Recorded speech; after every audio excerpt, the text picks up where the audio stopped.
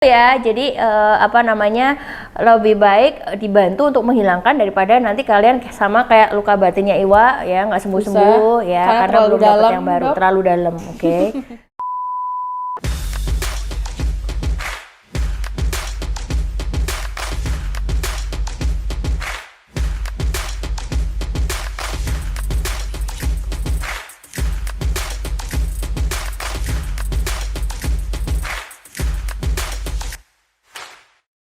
Gitu.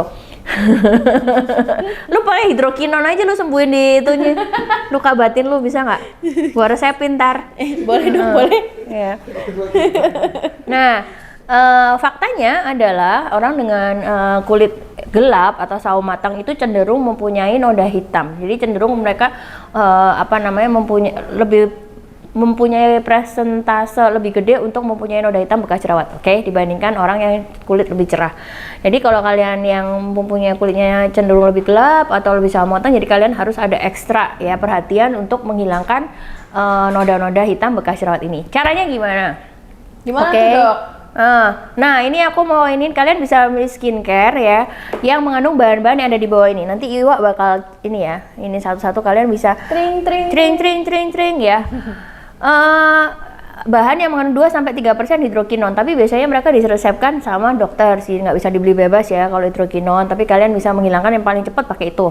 Atau yang tadi aku bilang bahwa ada azelaic acid ya, glycolic acid, kojic acid ya, sama retinol, itu bisa buat hilangin. Jadi kalau kalian misalnya ini, kalian bisa lihat bahan skincare kalian tuh mengandung ada yang acid-acidnya nggak? Azelaic acid, glycolic acid, kojic acid itu biasanya adalah asam-asam yang didapatkan dari tumbuhan, jadi itu cenderung lebih ringan dibandingkan hidrokinon yang diresepkan oleh dokter ya, tapi tetap sama, semuanya membutuhkan waktu. Paling nggak kalian lihat setelah 1 bulan perubahannya gimana pada kulit kalian ya. Nah, kemudian ada retinol juga dan ada vitamin C, boleh digabungkan. Nanti kita akan bikin video ya, apa yang boleh digabung, apa yang nggak boleh digabung ya. Betul. Tapi yang bahan yang aku sebutkan hari ini ya, hidrokinon, acid, retinol, vitamin C itu adalah untuk menghilangkan hyperpigmentationnya.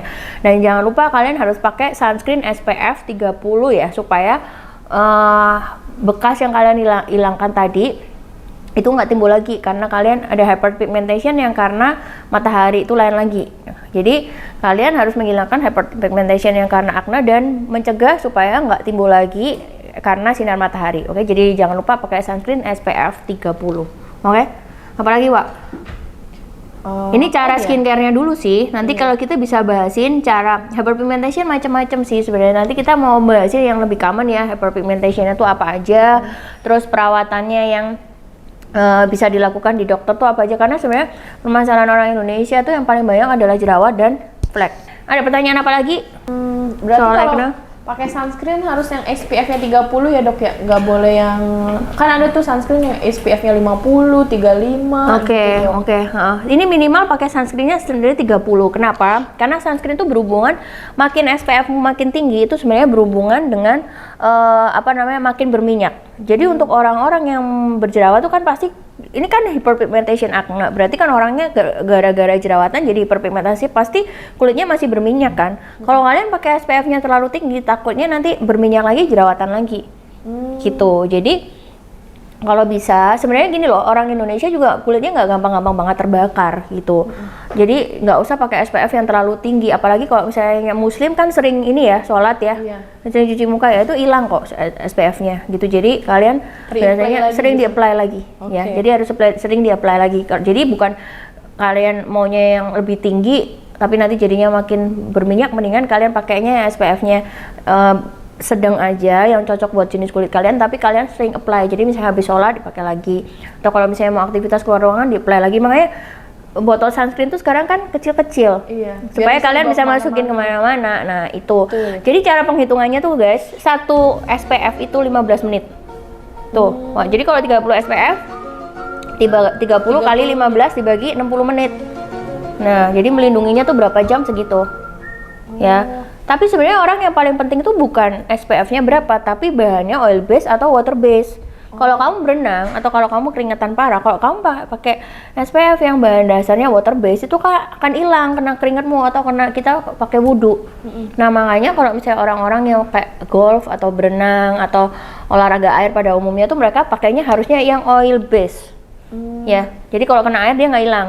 Karena SPF apapun, setinggi apapun, kalau water based kamu kena keringat, kena air ya hilang ya, sama aja berarti kamu nggak pakai apa-apa. Atau kalau kalian bosan lihat muka aku, nanti bisa lihat muka Iwa ya. Sekalian kalian ngelamar-ngelamar, kali-kali ada lowongan ya untuk menyembuhkan luka hatinya dia karena nggak bisa pakai hidrokinon atau vitamin C dan lainnya, nggak bisa pakai resep dokter juga ya. Jadi oke, aku tunggu pertanyaan-pertanyaan berikutnya dan sampai ketemu lagi di episode BTS berikutnya. Bye bye.